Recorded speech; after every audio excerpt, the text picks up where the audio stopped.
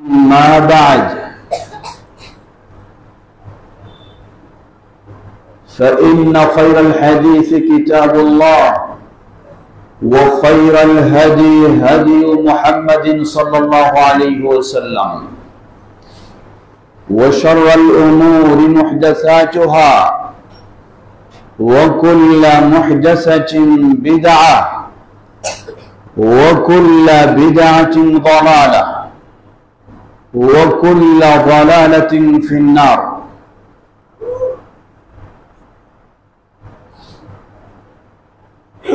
وقال تبارك وتعالى في سورة قاف بسم الله الرحمن الرحيم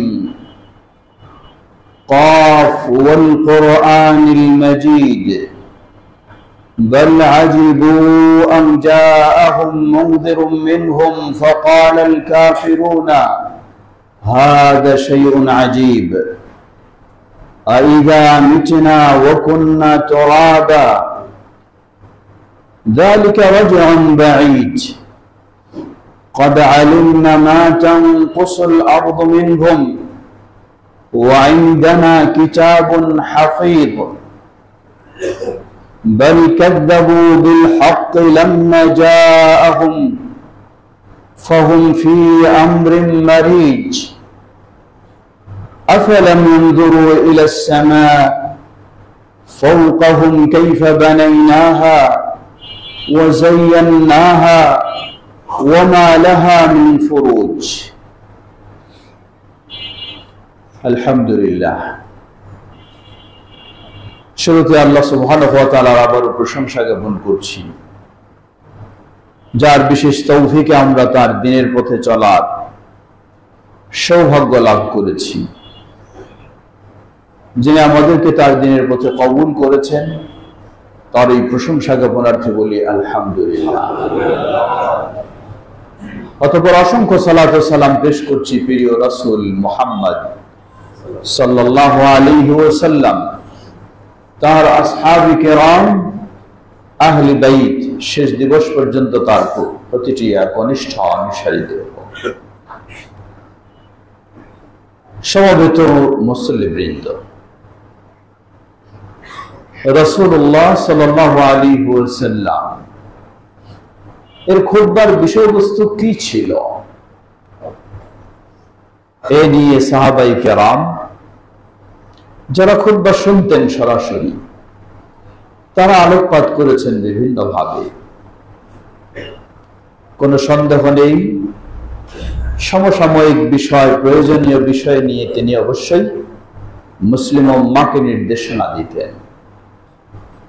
একজন প্রসিদ্ধ মহিলা সাহাবী, হাদিসটি সহিহ মুসলিমের, তিনি বলছেন, উম্মু হিশাম, মা হাফিজতু কাফ ইল্লা মিন ফি রাসূলিল্লাহ সাল্লাল্লাহু আলাইহি ওয়াসাল্লাম ওয়া কানা ইয়াকরাউ ফি কুল্লি খুতবাতিহি আও কামা ক্বালাত। উম্মু হিশাম রাদিয়াল্লাহু তাআলা আনহা তিনি বলছেন, সূরা কাফ আমি এটা মুখস্থ করেছি। কিভাবে? একাকী আলাদা পড়া নেই, আমি স্বয়ং রাসূল সাল্লাল্লাহু আলাইহি ওয়াসাল্লামের খুতবা থেকে শুনে শুনেই আমি সূরা কাফ মুখস্থ করেছি। তিনি বলছেন, রাসূলুল্লাহ সাল্লাল্লাহু আলাইহি ওয়াসাল্লাম প্রতি খুতবায় সূরা কাফ পাঠ করতেন। তাই আমি রাসূলুল্লাহ সাল্লাল্লাহু আলাইহি ওয়াসাল্লামের মুখ থেকে সরাসরি শুনে শুনে, আর এই শোনাটা অন্য কোনো জায়গায় নয়, মসজিদে খুতবার সময়ে আমি এভাবে মুখস্থ করেছি। এই হাদিস আমাদেরকে কয়েকটি বিষয় স্মরণ করে দেয়, শিক্ষা দেয়। প্রথম হলো, একজন মহিলা সাহাবী বলছেন, আমি রাসূল সাল্লাল্লাহু আলাইহি ওয়াসাল্লামের মুখ থেকে এই খুতবার মধ্যে সূরা কাফ শুনে মুখস্থ করেছি। এর মানে মহিলা সাহাবীগণ মসজিদের খুতবায় উপস্থিত হতেন এবং মনোযোগ সহকারে তারা খুতবা শুনতেন। মনোযোগ সহকারে না শুনলে একটা সূরা মুখস্থ করে ফেলবেন, এটা হতে পারে না। হয়তো দু একটা আয়াত মুখস্থ করতে পারে, কিন্তু গোটা সূরাটাই মুখস্থ করে ফেলবে এমনটা হতে পারে না। শুধু মনোযোগ দিয়ে শোনা নয়, এবং তারা নিশ্চয়ই খুব দূরেও ছিলেন না। দূরে থাকলেও তো সেই সময় তো মাইক্রোফোন ছিল না, সাউন্ড দূরে ছড়ানোর জন্য কোনো ব্যবস্থাও ছিল না, সরাসরি মুখের আওয়াজেই শুনেছেন। সুতরাং এই হাদিস আমাদেরকে বলে দিচ্ছে যে মেয়েদের গুরুত্ব সহকারে জুমার খুতবায় উপস্থিত হওয়া। অবশ্য পরিবেশ পরিস্থিতি অনেকটাই ভিন্ন রকম। নবী সাল্লাল্লাহু আলাইহি সাল্লাম ও সাহাবীদের পরিবেশ আর আমাদের পরিবেশ তো এক নয়। তাই সর্বপক্ষে সতর্কতার সাথে মেয়েদের উপস্থিতিও থাকবে, আবার সতর্কতাও অবলম্বন হতে হবে। দ্বিতীয় শিক্ষা, নবী সাল্লাল্লাহু আলাইহি ওয়াসাল্লামের কাছ থেকে তিনি বলছেন যে প্রতি খুতবায় আমি শুনতাম। তাহলে বোঝা যায় যে খতিবেরও প্রতি খুতবায় সূরা কাফ পড়া খুতবার সুন্নাহ। জবাব, প্রতি খুতবায় যদি সূরা কাফ পাঠ করে খতিব সাহেব, এটি পাঠ মানে শুধু তেলাওয়াত শোনানো নয়, এটি হলো খুতবার মূল বক্তব্য। সেটা যদি প্রতি খুতবাই হয় তাহলে তো ভিন্ন বিষয় নিয়ে আলোচনা করার সুযোগ থাকবে না। তাহলে কিভাবে প্রতি খুতবায় তিনি শুনলেন? জবাব, তিনি জয়দিন উপস্থিত হয়েছেন জয়দিন হয়তো এটা শুনেছেন। আর যদি এটাই রাসূল সাল্লাল্লাহু আলাইহি ওয়াসাল্লামের গোটা মদিনার জীবনে এই সূরা কাফ দিয়ে খুতবা হতো, তাহলে সব সাহাবী খুতবার বর্ণনার সময় বলতেন সূরা কাফই শুধু তিনি বলেছেন। কিন্তু অন্য কোন সাহাবী, একজন এই মহিলা সাহাবী ছাড়া আর তেমন কেউ বর্ণনা দেন নাই যে নবী সাল্লাল্লাহু আলাইহি ওয়াসাল্লাম সূরা কাফই পাঠ করতেন খুতবাতে।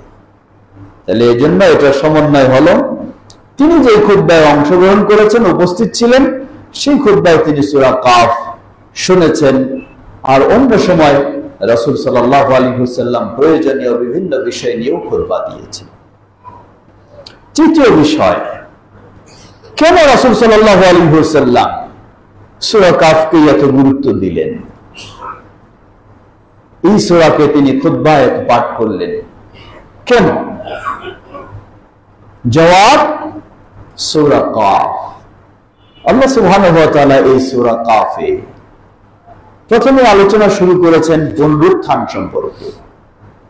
মানুষের দুনিয়ার জীবনে শেষ নয়, তাদেরকে অবশ্যই পুনরুত্থান ঘটানো হবে, তাদের হিসাব হবে, সে বিষয়ে আলোচনা করেছেন।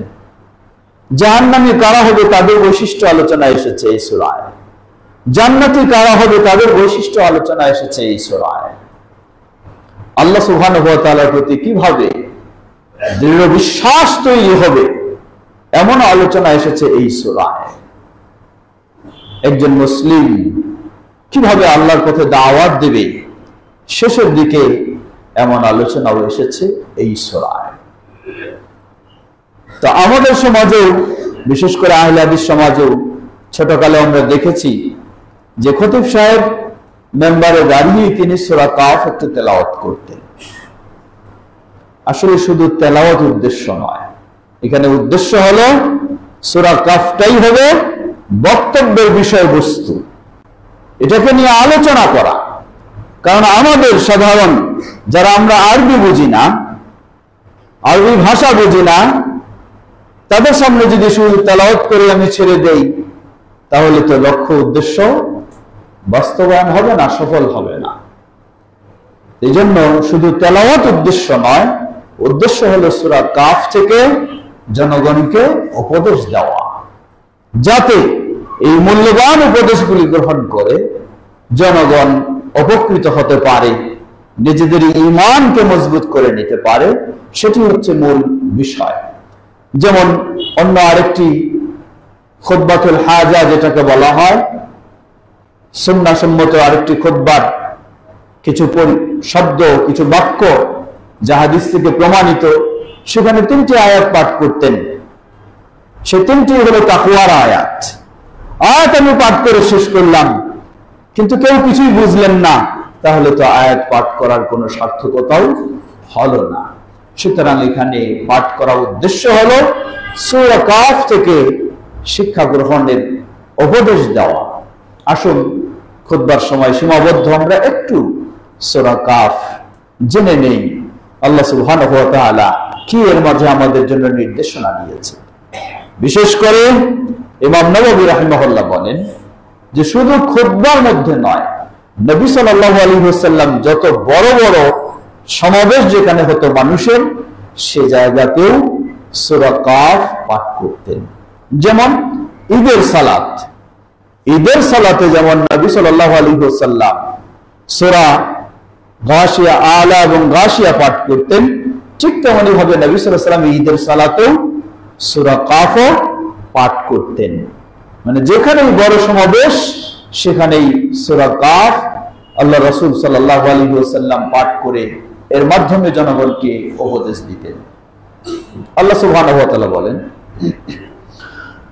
বিসমিল্লাহির রহমানির রহিম, قاف والقرآن المجيد بل عجبوا أن جاءهم منذر منهم فقال الكافرون هذا شيء عجيب أإذا متنا وكنا ترابا ذلك رجع بعيد قد علمنا ما تنقص الأرض منهم وعندنا كتاب حفيظ بل كذبوا بالحق لما جاءهم فهم في أمر مريج أفلم ينظروا إلى السماء فوقهم كيف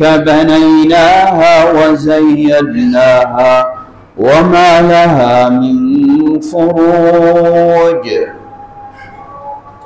আল্লাহ রাব্বুল আলামিন শুরুতে শুরু করলেন কাফ ওয়াল কোরআনিল মাজিদ, অতঃপর কসম করছেন আল্লাহ রাব্বুল আলামিন কোরআন মাজিদের।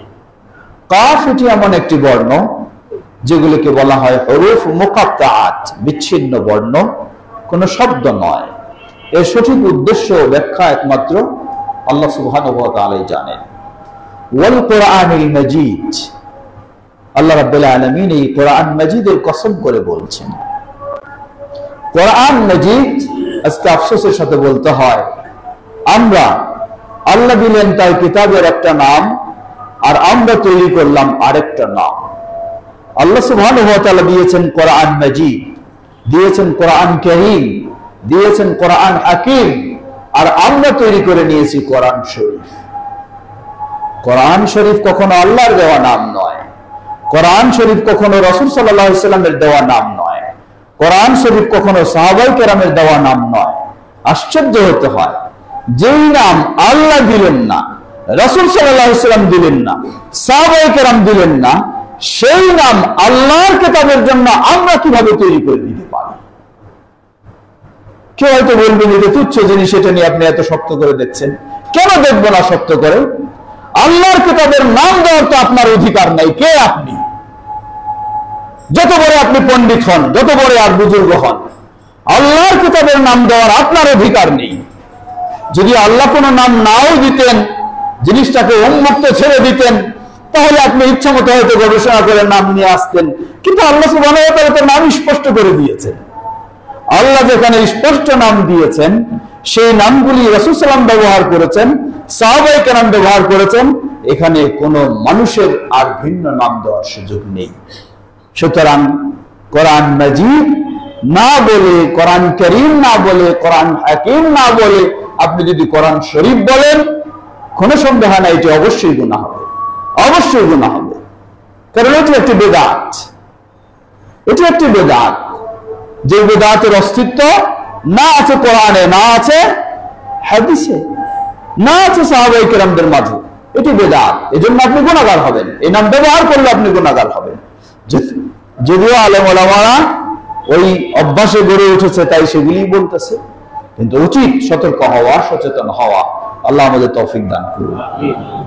এরপর বলছেন بل عجبوا أن جاءهم منذر منهم فقال الكافرون هذا شيء عجيب بل عجبوا বরং তারা কাফেররা আশ্চর্য বোধ করলো।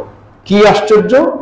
أن جاءهم منذر منهم, তাদের মধ্য থেকেই একজন ভীতি প্রদর্শনকারীর আগমন ঘটবে, তাদেরকে ভয় দেখাবে আখিরাতে, তাদেরকে ভয় দেখাবে জাহান্নামের, তাদেরকে ভয় দেখাবে শাস্তির।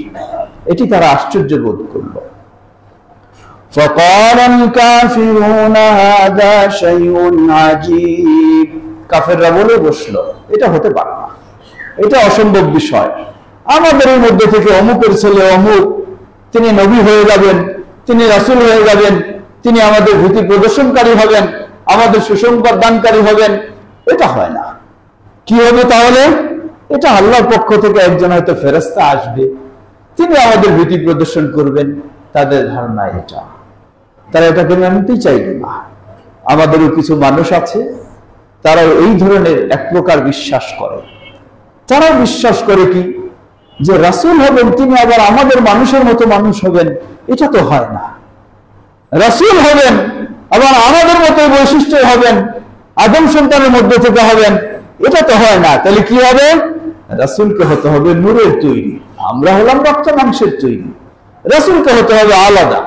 এই ধরনের একই সূত্র একই সুর মিলিয়ে তারাও এই ভ্রান্ত বিশ্বাস করে। আল্লাহ সুবহানাহু ওয়া তাআলা বলছেন কাফেররা বলল হাযা শাইউন আযীম, এটি একেবারে কঠিন আশ্চর্য বিষয়, হতে পারে না এটা। আরো বলে তারা কি বলে আইযা মিতনা ওয়া কুননা তুরাবা যালিকা রাজউন বাঈদ। কি বলেন উনি যিনি ভীতি প্রদর্শন করছেন? কি আশ্চর্য কথা বলছেন, আমরা মরে যাব, মরে গেলে আমরা দেখছি মাটি হয়ে যাচ্ছি, মাটির সাথে একাকার হয়ে যাচ্ছি, অস্তিত্ব বিলীন হয়ে যাচ্ছে, এরপরও আবার আমাদেরকে পুনরুত্থান ঘটানো হবে। যালিকা রাজউন বাঈদ, এটি তো একেবারে অসম্ভব একটা পুনরুত্থানের সংবাদ আমাদেরকে দেওয়া হচ্ছে, এটি হতে পারে না কখনো, এই পুনরুত্থান ঘটবে না। আল্লাহ ছোট্ট করে একটু জবাব দিলেন। আল্লাহ বলছেন قد علمنا ما تنقص الأرض منهم وعندنا كتاب حفيظ। তোমরা আশ্চর্য হয়ো না, আমরা জানি মা তানকুসুল আরদু মিনহুম, জমিন তাদের দেহটাকে নষ্ট করে কতটুকু নিয়ে যাবে সেটা আমাদের জানা আছে, আর তাদের রেকর্ড আমরা হারিয়ে ফেলিনি। আল্লাহ বলছেন ওয়াইন্দানা কিতাবুন হাফিজ, আমাদের কাছে রয়েছে তাদের সব রেকর্ড সংরক্ষিত রয়েছে। সহিহুল বুখারী হাদিসে এসেছে। এখানে লক্ষ্য করুন, তারা বলছে আল্লাহ বললেন যে মাটি কি করে ফেলবে না করবে ফেলবে এগুলি সব আমরা জানি, আমার জানা আছে। মাটি তোমাদেরকে খেয়ে ফেলেছে এর মানে তোমরা শেষ হয়ে গেছে তা নয়। সহিহুল বুখারী হাদিসে এসেছে নবী সাল্লাল্লাহু আলাইহি ওয়াসাল্লাম বললেন পূর্ববর্তী একজন ব্যক্তি, তিনি খুব অপরাধী ছিলেন, নিজের জীবনে গোটা জীবনটাই অপরাধ করেছেন। মৃত্যুর পূর্ব মুহূর্তে তিনি তার সন্তানদেরকে ডেকে একটি ওসিয়ত করলেন, বললেন হে বাবারা শোনো, আমি আমার জীবনে অনেক অপরাধ করেছি, আমার ভয় হচ্ছে যদি আল্লাহ আমাকে পেয়ে যায় তাহলে আমাকে এত শাস্তি দেবে যাকে আর কোনোদিন এইরকম শাস্তি দেওয়া হয়নি, সেই শাস্তি আল্লাহ আমাকে দেবেন। তাই আমি তোমাদেরকে ওসিয়ত করে যাচ্ছি। কি ওসিয়ত? আমি মারা গেলে তোমরা আমার দেহটাকে আগুন জ্বালিয়ে এটাকে পুরো ছারখার করে দেবা, হাড় হাড্ডিও যদি কিছু বেঁচে থাকে সেগুলিকে ভেঙে গোড়া করে চূর্ণ বিচূর্ণ করে এগুলি বাতাসে তোমরা উড়িয়ে দিবা, অথবা এগুলি সমুদ্রের পানিতে তোমরা সেই ছাইগুলি মুখগুলি ফেলে দেবা, যাতে একেবারে নিশ্চিন্ন হয়ে যায়, আল্লাহ যাতে আমাকে আর নিয়ে আসতে না পারে এবং আমাকে শাস্তিও না দিতে পারে। আল্লাহ আকবার। এর মানে কি? এর মানে বোঝা যায় যে তার আল্লাহর প্রতি কিছুটা হলেও ভয় আছে, বিশ্বাস আছে যে আল্লাহ আমাকে তো আবার নিয়ে আসতে পারে, নিয়ে আসে আল্লাহ আবার আমার বিচার করতে পারে, আমার আবার শাস্তি দিতে পারে। তাই এই নির্দেশ দিলেন সন্তানদেরকে, তোমরা এই করে ফেলো যাতে আর আল্লাহ আমাকে না নিয়ে আসতে পারে। হাদিস সহিহ বুখারী, নবী সাল্লাল্লাহু আলাইহি ওয়াসাল্লাম বলেন, ফাআমারাল্লাহুল আরদা, যেই জমিনে চূর্ণ বিচূর্ণ করে উড়ন্ত ধূলিকণার মতো করে ছড়িয়ে দেওয়া হয়েছে, আল্লাহ ওই জমিনকে নির্দেশ দিলেন, হে জমিন, তুমি কোথায় তার কোন কোনা টুকরা যে কোনা রয়েছে, যেখানে যা রয়েছে সবগুলিকে তুমি একত্রিত করে তাকে পূর্ণ মানুষ রেডি করো। সুবহানাল্লাহ। আল্লাহর নির্দেশে জমিন তাই সব পূর্ণ একজন মানুষকে রেডি করে ফেললো। কোথায় গলে গেছে, কোথায় পচে গেছে, কোথায় নিশ্চিন্ন হয়ে গেছে, কিন্তু আল্লাহ নির্দেশ দিয়েছেন জমিনকে করতেই হবে। জমিন ফুল একজন সেই বডিটাকে একেবারে রেডি করে ফুল মানুষকে উপস্থিত করলো। আল্লাহ সুবহানাহু ওয়া তাআলা বললেন যে তুমি এই কাজ কেন করেছো, তুমি কেন এই কাজ করলা? সে বলল যে হে আল্লাহ, খাশিতুকা, আল্লাহ আমার ভয় ছিল, আপনাকে আমি ভয় করেছি, যদি আপনি আমাকে পান তাহলে আপনি আমাকে হয়তো পৃথিবীর সবচেয়ে কঠিন শাস্তি দেবেন, এই ভয়ে আমি এই সন্তানকে নির্দেশ দিয়েছি, এই কাজ করার জন্য বলেছি। ফাগাফারা লাহু, আল্লাহ সুবহানাহু ওয়া তাআলা তাকে সব ক্ষমা করে দিলেন। সুবহানাল্লাহ, সুবহানাল্লাহ। এখানে বলার উদ্দেশ্য হলো এই হাদিস সহিহ বুখারীর, কিন্তু ব্যক্তিটা এই উম্মতের নয়, ব্যক্তি হলো পূর্ববর্তী উম্মতের। আল্লাহ সুবহানাহু ওয়া তাআলা তাকে বিশেষভাবে ক্ষমা করে দিয়েছেন। কেন ক্ষমা করলেন? আল্লাহ যখন তার ভিতরে দেখলেন সে আল্লাহকে অস্বীকার করে না, আল্লাহকে সে অস্বীকার করেনি, আল্লাহর প্রতি সে নাস্তিক নয়, আল্লাহর প্রতি তার বিশ্বাস আছে, আল্লাহকে সে এড়িয়ে যায়নি, আল্লাহকে সে ভয় করেছে, কিন্তু তার অজ্ঞতা ছিল যে আমি হয়তো এই কাজ করলে আল্লাহ আমাকে খুঁজে পাবে না, এটা তার অজ্ঞতা। কিন্তু আল্লাহ যখন তার ভিতরে দেখলেন যে সে আল্লাহকে ভয় করে, তাই আল্লাহ সুবহানাহু ওয়া তাআলা তাকে ক্ষমা করে দিলেন। দ্বিতীয় হতে পারে এখানে যেটাও বোঝা যাচ্ছে, আল্লাহর প্রতি তার ভয় ছিল, ভয়ে সে এই অবস্থায় গেছে, কিন্তু হয়তোবা তার ভিতরে শিরকের কাজ ছিল না। আল্লাহ সুবহানাহু ওয়া তাআলা বলেন, ইয়া ইবনা আদম লাউ আতাইতানি বিকুরাবিল আরদি খাতায়া ওয়া লাম তুশরিক বি শাইআ লা আতাইতুকা বিকুরাবিহা মাগফিরা। হে আদম সন্তান, জেনে রাখো, তুমি যদি গোটা পৃথিবীর সমান অপরাধ করে থাকো আর সেই অপরাধ নিয়ে আমার সামনে উপস্থিত হও, শর্ত একটা, তুমি আমার সাথে কখনো শিরকে লিপ্ত হও নাই, জেনে রাখো আমিও তোমাকে পৃথিবীর সমান ক্ষমা দান করব। সুবহানাল্লাহ। তাহলে বলতে পারি হয়তো ওই হাদিসের এই হাদিসের সাথে যদি মেলাই, ওই লোকটাকে আল্লাহ সুবহানাহু ওয়া তাআলা ক্ষমা করে দিলেন, তার আল্লাহর প্রতি ঈমান ছিল, আল্লাহর প্রতি ভয় ছিল। আল্লাহ হয়তো দেখেছেন, জেনেছেন যে তার ভিতরে শিরকের অপরাধ পাননি, তাই আল্লাহ সুবহানাহু ওয়া তাআলা ক্ষমা করে দিয়েছেন। এই ধরনের এই উম্মতের যদি কোনো ব্যক্তি এমন হয়, যেই ব্যক্তি বহু অপরাধ করেছে কিন্তু তার ভিতরে শিরকের অপরাধ নাই, আল্লাহ সুবহানাহু ওয়া তাআলা এই উম্মতের জন্য তথা গোটা আদম সন্তানের জন্য এই সুসংবাদ আল্লাহ সুবহানাহু ওয়া তাআলা দিয়েছেন। দ্বিতীয় ওই হাদিস আমাদেরকে স্মরণ করে দিচ্ছে, আপনি বাঁচার পথ কি খুঁজবেন? কোনো পথ নেই। নিজেকে নিশ্চিন্ন করে দিয়ে বলবেন যে আমাকে আল্লাহ খুঁজেই পাবেন না, নিশ্চিন্ন করে যাবেন কই? আপনি আপনার বন্ধটা হলেও তো বাতাসের ভিতরে থাকবে, আল্লাহ সে বাতাসকে নির্দেশ দিয়ে আপনাকে বের করে নিয়ে আসাবেন। আপনার কিছু আলামত হলো জমিনে থাকবে, আল্লাহ জমিনকে নির্দেশ দিয়ে আপনাকে প্রস্তুত করাবেন। কিছুই যদি নাও থাকে, আল্লাহ সুবহানাহু ওয়া তাআলা যিনি অস্তিত্বহীন থেকে অস্তিত্ব দিতে ক্ষমতা রাখেন, অর্থাৎ এই আদম সন্তান যখন তার কোনো অস্তিত্বই ছিল না, কোনো নমুনাই ছিল না, সেখানে আল্লাহ সুবহানাহু ওয়া তাআলা আদমকে তৈরি করলেন নমুনা ছাড়া, যেখানে সেখানে তৈরি হওয়ার পর আবার এটাকে পুনরুত্থান ঘটানো, এটি আল্লাহ সুবহানাহু ওয়া তাআলার জন্য কোনোভাবেই অসম্ভব নয়। সমবেত মুসল্লিবৃন্দ, খুতবার সময় প্রায় শেষ। এই সূরায় আল্লাহ সুবহানাহু ওয়া তাআলা এমনই বিষয়গুলি আলোকপাত করেছেন, আমরা যেন এই সূরা বেশি বেশি তেলাওয়াতের মাধ্যমে সেই শিক্ষা নিয়ে নিজের ঈমানকে সুন্দর করতে পারি। আল্লাহ আমাদের তৌফিক দান করুন। ওয়া আখিরু দাওয়ানা আলহামদুলিল্লাহি রাব্বিল আলামিন। আসসালামু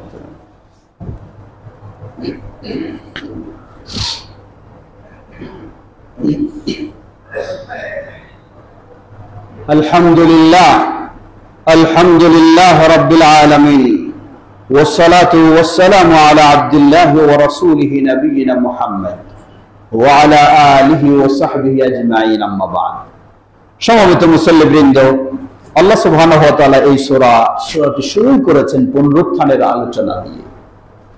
কিভাবে তিনি পুনরুত্থান ঘটাবেন, কেউ অস্বীকার করলেও তার জবাবও সংক্ষিপ্তভাবে আল্লাহ সুবহানাহু ওয়া তাআলা দিয়েছেন।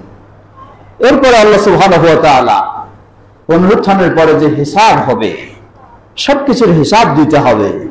দুনিয়াতে ফাঁকি দিতে পারি, আল্লাহকে দেওয়ার সুযোগ নেই, সেই হিসাব সম্পর্কে আলোচনা আল্লাহ রাব্বুল আলামিন নিয়ে এসেছেন। এরপরে আল্লাহ সুবহানাহু ওয়া তাআলা আলোচনা নিয়ে এসেছেন 24 নম্বর থেকে 30 নম্বর পর্যন্ত জাহান্নামীদের বৈশিষ্ট্য কি হবে। এরপর 30-এর পর থেকে জান্নাতীদের বৈশিষ্ট্য সম্পর্কে আলোচনা নিয়ে এসেছেন। এরপর নিয়ে এসেছেন আল্লাহ সুবহানাহু ওয়া তাআলার সাথে সাক্ষাৎ সম্ভব, সে বিষয়টিও নিয়ে এসেছেন। এরপরে শেষের দিকে নিয়ে এসেছেন দাওয়ার বিষয়। আল্লাহ বলছেন, নাহনু আ'লামু বিমা ইয়াকুলুনা ওয়া মা আনতা আলাইহিম বিজাব্বার। হে নবী, তুমি তাওহীদের দাওয়াত দিচ্ছ, তুমি ইসলামের দাওয়াত দিচ্ছ, এই দাওয়াতের কারণে তারা তোমার প্রতি কি আচরণ করছে, তোমাকে কিভাবে গালিগালাজ করছে, কিভাবে ষড়যন্ত্র করছে, আমি তো সবই জানছি। সুতরাং ফাযাক্কির ওয়া মা আনতা আলাইহিম বিজাব্বার, তোমাকে তো আমি তাদের প্রতি কঠোর আচরণ করবে, কঠোর ব্যবস্থা নিয়ে তাদেরকে ইসলামে নিয়ে আসবে, এজন্য দায়িত্ব দেই নাই। ফাযাক্কির বিল কুরআনি মান ইয়াখাফু ওয়াঈদ, সুতরাং এই কোরআন দিয়ে তুমি উপদেশ দিতে থাকো, যারা আল্লাহকে ভয় করবে তারাই আল্লাহর পথে ফিরে আসবে। সূরা কাফ কেন আল্লাহ রাসূল সাল্লাল্লাহু আলাইহি ওয়াসাল্লাম বেশি গুরুত্ব দিয়েছেন? সূরা কাফে আখিরাতের, তাওহীদ এবং আখিরাতের দুটি বিষয়কে বেশি গুরুত্ব দেওয়া হয়েছে। বাস্তবে ইসলামের বহু বিষয় লক্ষ্য করুন, আল্লাহ সুবহানাহু ওয়া তাআলা সেভাবেই গুরুত্ব দিয়েছেন। আপনি আপনার বাড়িতে একজন মেহমান আসবে, তার সাথে আত্মীয়, তাকে মেহমানদারি কি ধরনের করবেন, এটাও আল্লাহ সেই আখিরাতের সাথে জড়িয়ে দিলেন। আল্লাহ বলছেন, মান কানা ইউমিনু বিল্লাহ ওয়াল ইয়াউমিল আখির ফালইউকরিম যায়ফা, যে আল্লাহর প্রতি ঈমান আনে, আখিরাতের প্রতি ঈমান আনে, সে যেন তার বাড়ির মেহমানটাকে যথাযথ সম্মান করে। এটাও জড়িয়ে দিলেন আখিরাতের ঈমান। প্রতিবেশীর সাথে আপনি কি আচরণ করবেন? মান কানা ইউমিনু বিল্লাহ ওয়াল ইয়াউমিল আখির ফালইউহসিন ইলা জারিহি, যে ব্যক্তি আল্লাহর প্রতি ঈমান আনে, আখিরাতের প্রতি ঈমান আনে, তার দায়িত্ব হলো প্রতিবেশীর সাথে যেন ভালো আচরণ করে, সেখানেও সেটি জড়িয়ে দিলেন। তথা মক্কার জীবনে শুধু নয়, মক্কার জীবনে তাওহীদ, আখিরাত এবং তাওহীদ ও রিসালাত, এই তিনটির বিষয়কে সর্বোচ্চ গুরুত্ব দেওয়া হয়েছে। কিন্তু এই সূরা কাফ মক্কায় নাযিল হলেও খুতবা তো নবী সাল্লাল্লাহু আলাইহি ওয়াসাল্লাম মক্কায় দেননি, খুতবা দিয়েছেন নবী সাল্লাল্লাহু আলাইহি ওয়াসাল্লাম মদিনায়। মক্কায় তো জুমা ছিল না, জুমা হয়েছে মদিনায়, খুতবা দিয়েছেন মদিনায়, ঈদের সালাত পড়াচ্ছেন মদিনায়, সেখানেও তিনি এটাকে বেশি করেছেন। এর মানে এই, আপনি যদি ইসলামী রাষ্ট্র গড়তে চান, শুধু বাতাসের মধ্য দিয়ে আপনি ইসলামী রাষ্ট্র গড়ে ফেলবেন আর এটি আপনার সুন্দর ইসলামী রাষ্ট্র হয়ে যাবে, কখনো সম্ভব নয়। মানুষকে আখিরাতের প্রতি বিশ্বাসী করে, তাওহীদের উপরে প্রতিষ্ঠিত করে, ওই মানুষ দিয়ে যখন আপনি ইসলামী রাষ্ট্র গড়বেন, তখন সেটি হবে আপনার আসল ইসলামী রাষ্ট্র। আর না হয় যদি গজামিল দিয়ে আপনি বিভিন্ন কৌশলে ইসলামী রাষ্ট্র গড়ার চেষ্টা করেন, মনে রাখবেন বর্তমান বিশ্বে ইসলামী রাষ্ট্র রয়েছে যারা নিজেদের রাষ্ট্রকে ইসলামী রাষ্ট্র বলে ঘোষণা দেয়, কিন্তু এই কোরআনকেও পরিপূর্ণ কোরআন বলে বিশ্বাস করতে রাজি নয়। আল্লাহু আকবার। ইসলামী রাষ্ট্র বলে আপনি ঘোষণা দিচ্ছেন, আবার এই কোরআনকে আপনি পরিপূর্ণ কোরআন বলে বিশ্বাস করতে রাজি নন। নবী সাল্লাল্লাহু আলাইহি ওয়াসাল্লামের হাদিসকে আপনি মেনে নিতে রাজি নন। খোলাফায়ে রাশিদিন আবু বকর, ওমর, ওসমান রাদিয়াল্লাহু আনহু তিনজনকে আপনি মেনে নিতে রাজি নন। অসংখ্য সাহাবীদেরকে কাফের বলে আপনি ঘোষণা দিচ্ছেন, আর আপনি ইসলামী রাষ্ট্র দাবি করছেন। জেনে নিন, কিয়ামত পর্যন্ত এরকম ইসলামী রাষ্ট্র থাকলেও আপনি সামান্যতম ইসলামের কোনো উপকার করতে পারবেন না, নিজেরও কোনো উপকার হবে না। সুতরাং গজামি ইসলামী রাষ্ট্র অবশ্যই প্রয়োজন, কিন্তু গজামির ইসলামী রাষ্ট্র দিয়ে কোনো লাভ নেই। এই জন্যই প্রতিটি মানুষকে আগে গড়ে তুলতে হবে আখিরাতের বিশ্বাসে, তাওহীদের বিশ্বাসে, রিসালাতের বিশ্বাসে। যখন গড়ে তুলবেন, ওই মানুষদেরকে নিয়ে যখন ইসলামী রাষ্ট্র গড়বেন, সেটি হবে আপনার নির্ভেজাল এবং সঠিক। রাসূলুল্লাহ সাল্লাল্লাহু আলাইহি ওয়াসাল্লামের পদ্ধতি হলো সেটি। আল্লাহ আমাদেরকে রাসূল সাল্লাল্লাহু আলাইহি ওয়াসাল্লামের সেই সঠিক পদ্ধতি অনুসরণ করেই ইসলাম প্রতিষ্ঠা, ইসলাম বাস্তবায়ন, পরিপূর্ণ ইসলামী জীবনে যাওয়ার তৌফিক দান করুন। আমিন। ইবাদাল্লাহ রাহিমাকুমুল্লাহ। আল্লাহুম্মা সাল্লি আলা মুহাম্মাদ ওয়া আলা আলি মুহাম্মাদ কামা সাল্লাইতা আলা ইব্রাহিম ওয়া আলা আলি ইব্রাহিম ইন্নাকা হামিদুম মাজিদ। আল্লাহুম্মা বারিক আলা মুহাম্মাদ ওয়া আলা আলি মুহাম্মাদ কামা বারাকতা আলা ইব্রাহিম ওয়া আলা আলি ইব্রাহিম ইন্নাকা হামিদুম মাজিদ। আল্লাহুম্মা রদি আনিল